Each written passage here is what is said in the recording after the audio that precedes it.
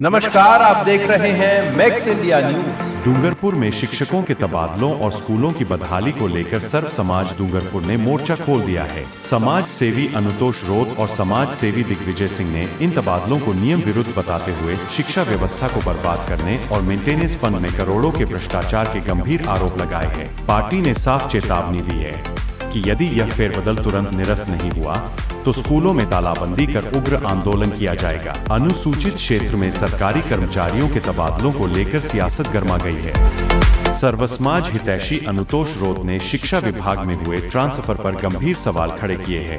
अनुतोष रोध का आरोप है कि बिना किसी तय मापदंड और नियमों के सिर्फ राजनीतिक दबाव और झूठी शिकायतों के आधार पर मनमर्जी से ये तबादले किए गए हैं। इस अंधाधुंध फेरबदल से क्षेत्र के कई स्कूलों में शिक्षकों के पद खाली हो गए हैं, जिससे बच्चों का भविष्य अधर में लटक गया है। महिलाओं और दिव्यांग कर्मचारियों के ट्रांसफर में भी नियमों की जमकर धज्जियां उड़ाई गई है। पार्टी ने प्रशासन को अल्टीमेटम दिया है कि अगर ये नियम विरुद्ध तबादले तुरंत निरस्त नहीं किए गए तो उग्र आंदोलन के साथ स्कूलों में तालाबंदी की जाएगी। आज की जो प्रेस वार्ता रखी गई है उसके बारे में मैं जानकारी दे दूँ। अभी थोड़े दिनों पहले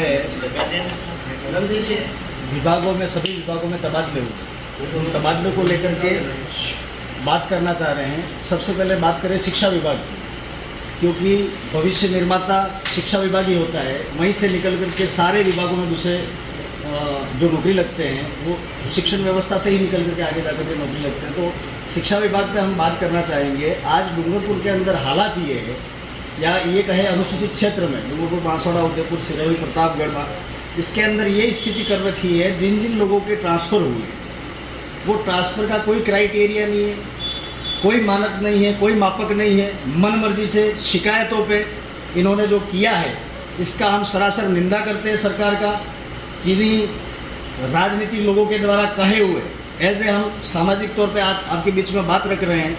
मैं आपके सभी चैनलों के माध्यम से एक बात कहना चाहूँगा कि बच्चों की पढ़ाई को लेकर के पिछले कई समय से हम लोग चिंतित हैं। हम लोग बात करते हैं झालावाड़ वाली घटना से लेकर के आज यहाँ तक आ गए।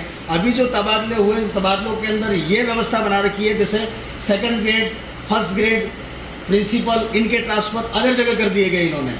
मेरा आप चैनलों के माध्यम से ये कहना चाह रहा हूँ, उस शिक्षण व्यवस्था को बर्बाद ही करना है तो आने वाले समय के अंदर हम लोग वैसे ही सभी जगह रोड पे उतरने की दशा इस सरकार ने कर दी है, चिट्टी सरकार ने। तो मैं ये कहना चाहूँगा कि ये व्यवस्था सुधार ले।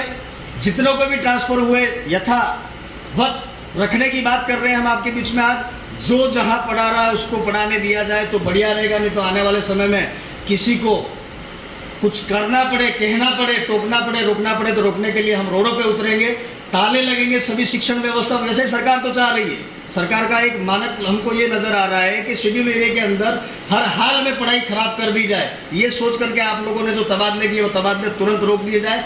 बैकडोर एंट्री करके तबादले किए। आपने 10 तारीख का एक डेडलाइन रखा था, 10 तारीख के बाद में भी आपने सूचियां जारी रखी है। सरकार के लोगों ने क्या चाहते हैं ये लोग, ये समझ में नहीं आ रहा। शासन प्रशासन होश में आ जाए, नहीं तो किसी की टांगे तोड़नी पड़े, तोड़ने के लिए तैयार है। यहाँ के बच्चों के साथ हम लोग खिलवाड़ नहीं होने देना चाहते। बच्चा पढ़ करके आने वाले समय में आप ही के पदों पर आकर के नौकरी करेगा। सभी विभागों में इसी तरीके से इन्होंने चापलूसी के तहत जो ट्रांसफर किए वो ट्रांसफर नहीं होने चाहिए। दूसरा, एक व्यवस्था बनी हुई है, कोई महिला है जिसके बच्चे यहाँ पढ़ रहे हैं उसके आपने आनंद फानंद में ट्रांसफर कर लिए। कोई अपंग है जो पढ़ा रहा उसके ट्रांसफर कर लिए। पति पत्नी दोनों नौकरी कर रहे हैं, उसका मापक दंड नहीं है, कोई व्यवस्था नहीं है। मन मर्जी का किसी ने शिकायत कर दी, मेरे जैसे व्यक्ति ने कह दिया फलाना व्यक्ति फलानी जगह संबंध रखता है, उसका आपने लिस्ट के अंदर नाम रख लिया।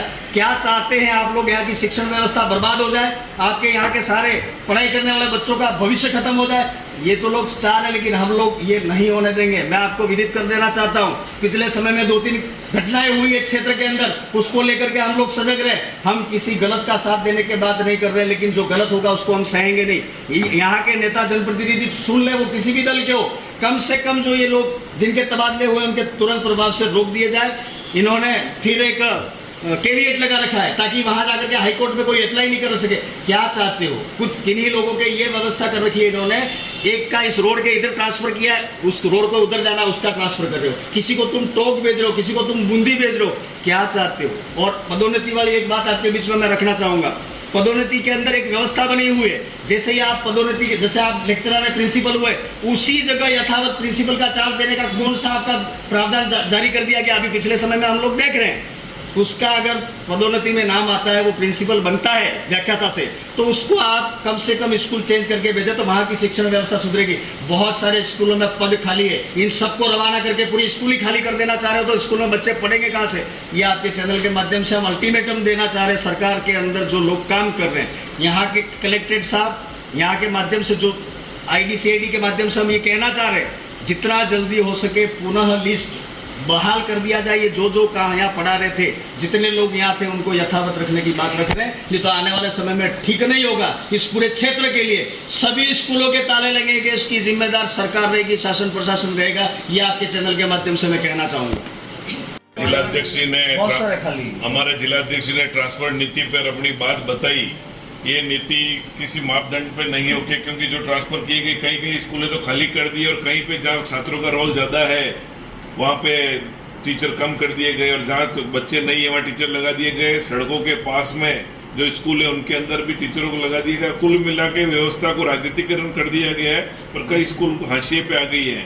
आज देश की राजनीति में डेली देख रहे हैं 90,000 स्कूल बंद हो चुके हैं, यानी 25 स्कूल प्रतिदिन केंद्र सरकार की योजनाओं के खातिर बंद होते जा रहे हैं, और वही नीति अब TSP क्षेत्र में भी सरकार लागू कर रही है। झालावाड़ कांड के बाद करोड़ों रुपए का फंड स्कूल मेंटेनेंस के लिए आया, हमारे डूंगरपुर जिले में भी आया, पर एक इतना बड़ा भ्रष्टाचार हुआ है, वो आपको माध्यम से आज बताना चाहें। एक ही एजेंसी को काम देके उस एजेंसी ने अपने छोटे भैयों को काम दिया, और स्कूलों में सिर्फ लिपापोती हुई, रात में गए, कलर किया, छत में थोड़ा बहुत काम किया, और करोड़ों रुपए डकार गए। तो अभी बारिश वापिस आ रही है, तो कहीं ने लिपापोती के अंदर फिर कोई हादसा नहीं हो जाए, उस पर भी ध्यान दिलाना चाहता हूँ। साथ ही ट्रांसफर नीति पे भी जो गड़बड़ हुई है, उस पर भी देखने की जो बहुत जरूरत है, क्योंकि ये जो राजनीतिक दृष्टि से ट्रांसफर किया, पर शिक्षा व्यवस्था में इस तरह से गालमेल किया जो आदिवासी बहुल क्षेत्र के लिए ठीक नहीं है। और अगर ये बहुत जल्दी सुधारा नहीं किया तो हम निश्चित तौर पर आंदोलन की राह पे आएंगे, क्योंकि हमारी शिक्षा व्यवस्था पे ही हमारा जोर है, हमारी पार्टी का जोर है, हमारे सामाजिक संगठनों का जोर है, और इस चीज सबसे महत्वपूर्ण शिक्षा और चिकित्सा ही है। उसके बाद सारे मुद्दे हम मान रहे हैं यहाँ पे। समाज सेवी दिग्विजय सिंह ने डूंगरपुर समेत पूरे TSP क्षेत्र में शिक्षा व्यवस्था को लेकर बड़ा हमला बोला है। उन्होंने आरोप लगाया कि शिक्षकों के तबादले बिना किसी मापदंड के केवल राजनीतिक फायदे के लिए किए गए हैं। सिंह का कहना है कि जहां छात्र ज्यादा है वहां शिक्षक कम कर दिए गए, और जहां छात्र नहीं है वहां नियुक्तियां कर दी गईं, जिससे कई स्कूल खाली हो चुके हैं। उन्होंने केंद्र और राज्य की नीतियों को कटघरे में खड़ा करते हुए कहा कि सोची समझी रणनीति के तहत स्कूलों को हाशिए पर धकेला जा रहा है। इतना ही नहीं, दिग्विजय सिंह ने स्कूल मेंटेनेंस फंड में करोड़ों के बड़े भ्रष्टाचार का सनसनीखेज आरोप लगाया है। उन्होंने कहा कि रखरखाव के नाम पर सिर्फ रात में रंगरोगन की लीपापोती की गई है, जिससे आने वाली बारिश में बड़े हादसों का खतरा है। पार्टी ने साफ चेतावनी दी है कि इस गड़बड़ी को तुरंत नहीं सुधारा गया तो वे उग्र आंदोलन करेंगे।